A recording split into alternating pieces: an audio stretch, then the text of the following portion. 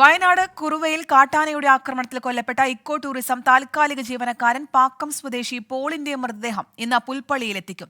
ഇന്നലെ രാത്രി Kozhikode medical കോളേജിലായിരുന്നു postmortem. നഷ്ടപരിഹാരം, കുടുംബത്തിലെ ഒരാൾക്ക് ജോലി തുടങ്ങിയ ആവശ്യങ്ങൾ അംഗീകരിച്ചാൽ മാത്രമേ മൃതദേഹം ഏറ്റുവാങ്ങൂ എന്ന നിലപാടിലാണ് ബന്ധുക്കൾ. ഇന്നലെ രാവിലെ 9:30യോടെയാണ് പോളിനെ കുറുവ ദ്വീപിനടുത്തുള്ള ചെറിയമല ജംഗ്ഷനിൽ വെച്ച് കാട്ടാന ആക്രമിച്ചത്. 16 ദിവസത്തിനിടെ കാട്ടാന ആക്രമണത്തിൽ മാത്രം വയനാട്ടിൽ മരിച്ചത് 3 പേരാണ്.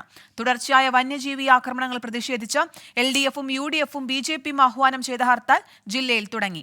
വിവരങ്ങളുമായി കോഴിക്കോട് മെഡിക്കൽ കോളേജിൽ നിന്ന് സമീസി മുഹമ്മദ്, ഒപ്പം മരിച്ച പോളിന്റെ വീട്ടിൽ നിന്ന് രാഹുൽ സുരേഷ് ചേരുന്നുണ്ട്. ആദ്യം സമീറിലേക്കാണ്. സമീർ, എപ്പോഴായിരിക്കും മൃതദേഹം കോഴിക്കോട് മെഡിക്കൽ കോളേജിൽ നിന്ന് പുൽപ്പള്ളിയിലേക്ക് എത്തിക്കുക?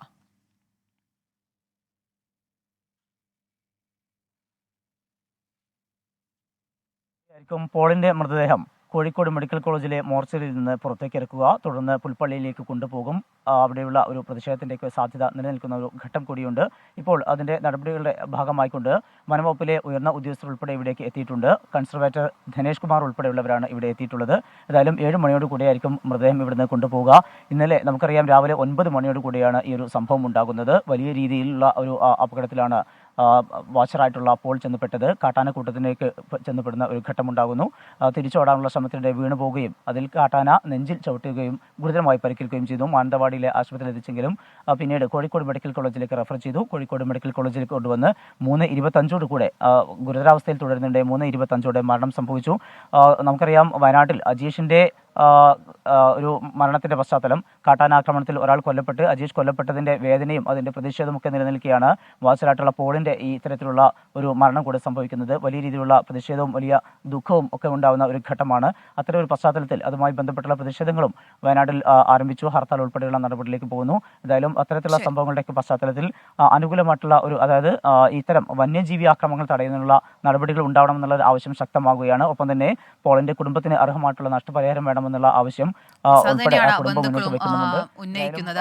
മരിച്ച പോളിന്റെ വീട്ടിൽ നിന്ന് ഇപ്പോൾ രാഹുൽ സുരേഷ് ചേരുന്നുണ്ട്. രാഹുൽ, ഇപ്പോൾ സമീർ പറഞ്ഞു നിർത്തിയ പോലെ തന്നെ വിവിധ ആവശ്യങ്ങൾ ഉന്നയിച്ചിട്ടുണ്ട് ബന്ധുക്കൾ. ഇന്ന് അത്തരത്തിലുള്ള ആവശ്യങ്ങൾ അംഗീകരിച്ചാൽ മാത്രമേ മൃതദേഹം സ്വീകരിക്കൂ എന്ന നിലപാടാണ് ബന്ധുക്കൾ സ്വീകരിച്ചിട്ടുള്ളത്. ഈ ഒരു സാഹചര്യത്തിൽ ഒരു പ്രതിഷേധ സാധ്യത വീടിന്റെ പരിസരത്ത് നിലനിൽക്കുന്നുണ്ട്. എന്താണ് അവിടെ നിന്ന് നമുക്ക് ലഭിക്കുന്ന വിവരങ്ങൾ? കീർത്തന ഏതാണ്ട് 10 മണിയോടുകൂടി മൃതദേഹം പുൽപ്പള്ളിയിൽ എത്തിക്കുമെന്നാണ് നമുക്ക് ലഭിക്കുന്ന വിവരം. കോഴിക്കോട് നിന്നും 7 മണിക്ക് പുറപ്പെട്ടാൽ ഏതാണ്ട് 3 മണിക്കൂർ വേണം പുൽപ്പള്ളിയിൽ എത്താൻ. അങ്ങനെ വന്നാൽ 10 മണിയോടുകൂടി മൃതദേഹം പുൽപ്പള്ളിയിൽ എത്തിക്കുമെന്നാണ് നമുക്ക് അവസാനമായി ലഭിക്കുന്ന വിവരം. കീർത്തന സൂചിപ്പിച്ച പോലെ തന്നെ കൃത്യമായ പ്രതിഷേധം ഉണ്ടാവാനുള്ള സാധ്യത നിലനിൽക്കുന്നുണ്ട്. കുടുംബത്തിലെ ഒരാൾക്ക് ജോലി, അർഹമായ നഷ്ടപരിഹാരം എന്നിവയിൽ ഒരു തീരുമാനം ഉണ്ടാകാതെ മൃതദേഹം സംസ്കരിക്കില്ല എന്ന തീരുമാനത്തിലാണ് നിലവിൽ കുടുംബം എത്തിയിട്ടുള്ളത്. കഴിഞ്ഞ ദിവസം അജീഷ് സമാന സാഹചര്യത്തിൽ കാട്ടാന ആക്രമണത്തിൽ കൊല്ലപ്പെട്ടപ്പോൾ വലിയ രീതിയിലുള്ള പ്രതിഷേധം ഉണ്ടായിരുന്നു. മൃതദേഹവുമായി കളക്ടറേറ്റിലും ഒപ്പം തന്നെ പുൽപ്പള്ളിയിലും മാനന്തവാടിയിലും ഉൾപ്പെടെ ഈ മൃതദേഹവുമായി പ്രതിഷേധം സംഘടിപ്പിക്കുന്ന ഒരു സാഹചര്യം ഉണ്ടായിരുന്നു. അതിന് സമാനമായ ഒരു സാഹചര്യം ഇന്നും ഉണ്ടാവാനുള്ള സാധ്യതയാണ് ഉള്ളത്. നിലവിൽ LDFിൻ്റെയും UDFിൻ്റെയും BJPയുടെ നേതൃത്വത്തിൽ വയനാട് ജില്ലയിൽ ഹർത്താൽ ആചരിക്കുകയാണ്. രാവിലെ 6 മണിക്ക് ഹർത്താൽ തുടങ്ങിയിട്ടുണ്ട്. ജില്ലാതിർത്തികളിൽ വാഹനങ്ങൾ തടയും എന്ന കാര്യം അവർ അറിയിച്ചിട്ടുണ്ട്. അങ്ങനെ വലിയ രീതിയിലുള്ള പ്രതിഷേധം ഇന്നും ഉണ്ടാവാനുള്ള സാധ്യതയാണ് ഉള്ളത്.